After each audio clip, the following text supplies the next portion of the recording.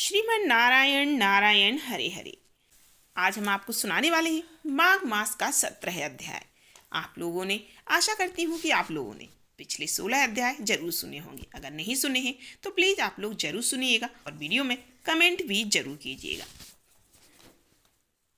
सुनते हैं आगे की कथा।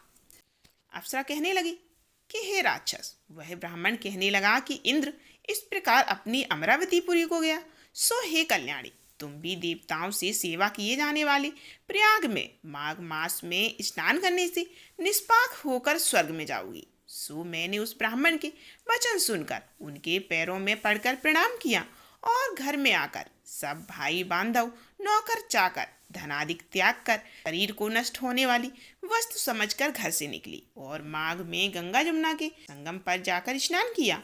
सो हे निशाचर, 3 दिन के स्नान से मेरे सारे पाप नष्ट हो गए और 27 दिन के पुण्य से मैं देवता हो गई और पार्वती जी की सखी होकर सुख से यहाँ निवास करती हूँ कैलाश में। इसीलिए मैं प्रयाग के महात्म को याद करके सब देवताओं के सहित माघ में स्नान करती हूँ। माघ में प्रयाग में स्नान करती हूँ। सो मैंने अपना यह सब वृत्तांत तुमसे कहा है।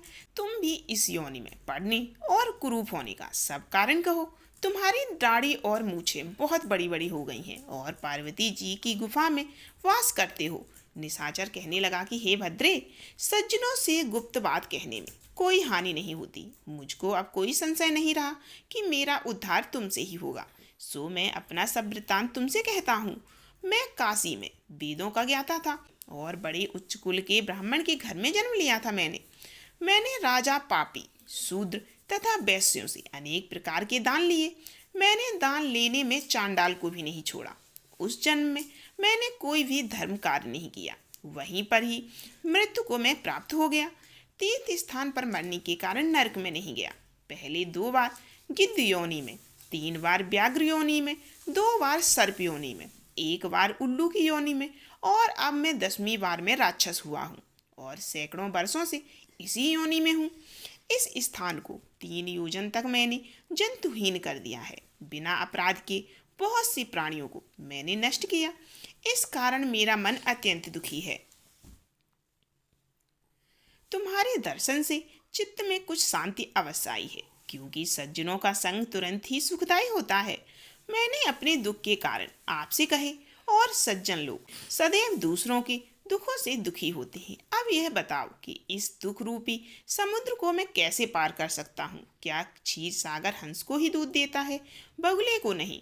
दत्तात्रेय जी कहने लगे कि इस प्रकार उसके वचन सुनकर कांचन मालिनी कहने लगी कि हे राक्षस, मैं अवश्य तुम्हारा कल्याण करूंगी। मैंने दृढ़ प्रतिज्ञा की है कि तुम्हारी मुक्ति के लिए मैं प्रयत्न करूंगी। मैंने बहुत बार प्रयाग में स्नान किया है। वेद जानने वाले ऋषियों ने दुखी को दान देने की प्रशंसा की है। समुद्र में जल बरसने से क्या लाभ? प्रयाग में स्नान करने का 1 बार का फल मैं तुम्हें देती हूँ। उसी से तुमको स्वर्ग की प्राप्ति हो जाएगी। उसके फल का अनुभव मैं कर चुकी हूँ। तब उस अप्सरा ने अपने गीले वस्त्र का जल निचोड़कर हाथ को जल में लेकर माघ स्नान के फल को उस राक्षस को अर्पण कर दिया।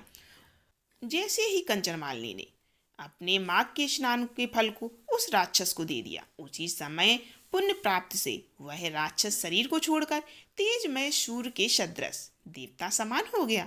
आकाश में विमान पर चढ़कर अपनी कीर्ति से चारों दिशाओं को प्रकाशित करता हुआ शोभायमान हुआ और कहने लगा कि ईश्वर ही जानता है तुमने कितना बड़ा उपकार मुझ पर किया है।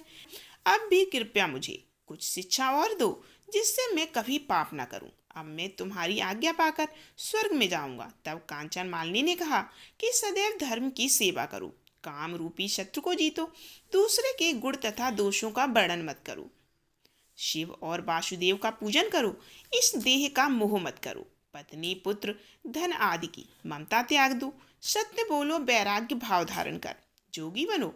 मैंने तुमसे यह धर्म के लक्षण कहे हैं। अब तुम देवता रूप होकर शीघ्र ही स्वर्ग को जाओ। दत्तात्रेय जी कहने लगे कि इस प्रकार गंधर्वों से शोभित वह राक्षस कांचन मालिनी को नमस्कार करके स्वर्ग को गया और देव कन्याओं ने वहां आकर कांचन मालिनी पर पुष्पों की वर्षा की और उससे प्रेम पूर्वक कहा कि हे भद्रे, तुमने इस राक्षस का उद्धार कर दिया। इस दुष्ट के डर से कोई भी इस वन में प्रवेश नहीं करता था। अब हम निडर होकर इस वन में विचरेंगी। इस प्रकार कांचन मालिनी उस राक्षस का उद्धार करके प्रेम पूर्वक उन देव कन्याओं के साथ क्रीड़ा करते हुए शिवलोक को चली गई। ये था माघ मास महात्म का 17वां अध्याय। अगली वीडियो को देखने के लिए प्लीज़ मेरे चैनल को सब्सक्राइब कर लीजिए और वीडियो में लाइक जरूर कीजिए और कमेंट में जय श्री कृष्णा जरूर लिखिएगा।